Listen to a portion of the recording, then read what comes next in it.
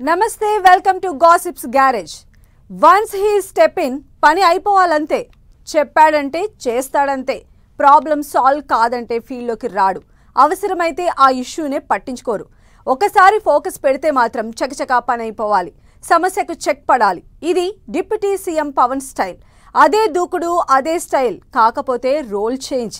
అప్పుడు పార్టీ అధినేత మాత్రమే, ఇప్పుడు party boss, AP deputy CM. అయినా అన్నింటినీ బ్యాలెన్స్ చేస్తూ ఇచ్చిన మాట నిలబెట్టుకునేందుకే ట్రై చేస్తున్నారట సేనాని. పవన్ వర్కింగ్ స్టైల్ మారిందా? జెట్ స్పీడ్ వెనుక రీజన్ ఏంటి?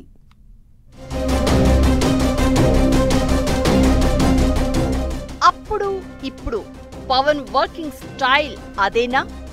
ఫీల్డ్లోకి దిగితే సమస్య సాల్వ్ అయిపోవాల్సిందేనా? ఇష్యూకు ఎండ్ కార్డ్ పడుతుందంటేనే పవన్ పర్యటన. ఫీల్డ్ విజిట్ కు ముందే సమస్యపై ఇన్ డీటెయిల్డ్ స్టడీ.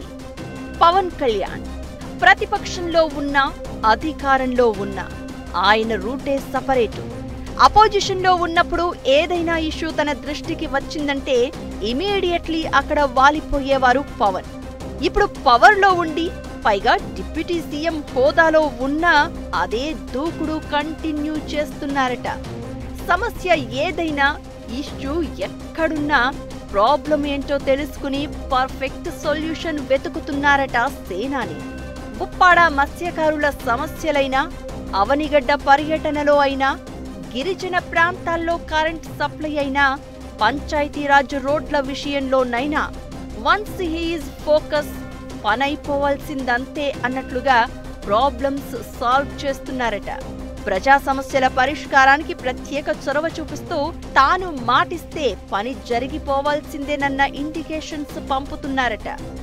వారం రోజుల క్రితం మోంతా తుఫాన్ బాధితుల పరామర్శకు కృష్ణా జిల్లా అవనిగడ్డలో పర్యటించారు పవన్ కళ్యాణ్. అప్పుడు అవనిగడ్డ ఎదురుమొండి దీవుల్లో జీవిస్తున్న ప్రజల సమస్యలు విన్న పవన్ లేటెస్ట్ గా ఏటిమొగ్గ ఎదురుమొండి హై లెవెల్ బ్రిడ్జ్ నిర్మాణానికి ఆర్డర్స్ ఇచ్చేశారు. అటవీ అనుమతుల ప్రాసెస్ ను కూడా స్పీడప్ చేశారు. ఇక ఏపీలో పంచాయతీరాజ్ రోడ్ల బాగుపై పవన్ స్పెషల్ ఫోకస్ పెట్టారట.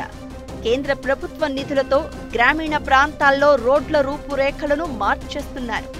అవసరమైతే శాక్సీ స్కీమ్ కింద నిధులు సమకూర్చుకోవాలని అధికారులకు దిశానిర్దేశం చేస్తూ ప్రతి గ్రామంలో రోడ్లు బాగు చేయాలని, నాణ్యతలో రాజీ పడొద్దని డైరెక్షన్స్ ఇస్తున్నారు.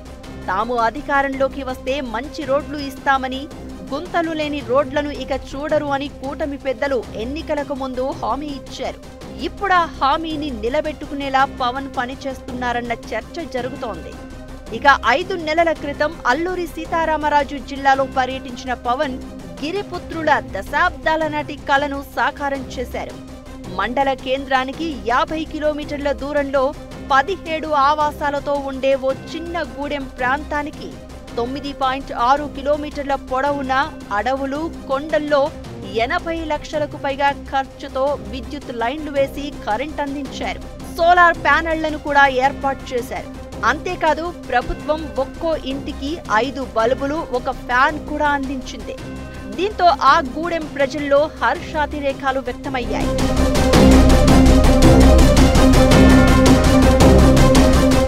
చిత్తూరుతో పాటు పార్వతీపురం, మన్యం, శ్రీకాకుళం జిల్లాల్లో గజరాజుల సమస్యకు ఏఐతో చెక్ పెట్టే ప్లాన్ చేసి అందరి దృష్టిని ఆకట్టుకున్నారు పవన్. ఏనుగులు ప్రజల ప్రాణాలు తీస్తూ ఉండడంతో పాటు వందల ఎకరాల్లో పంటలను నాశనం చేస్తున్నాయి.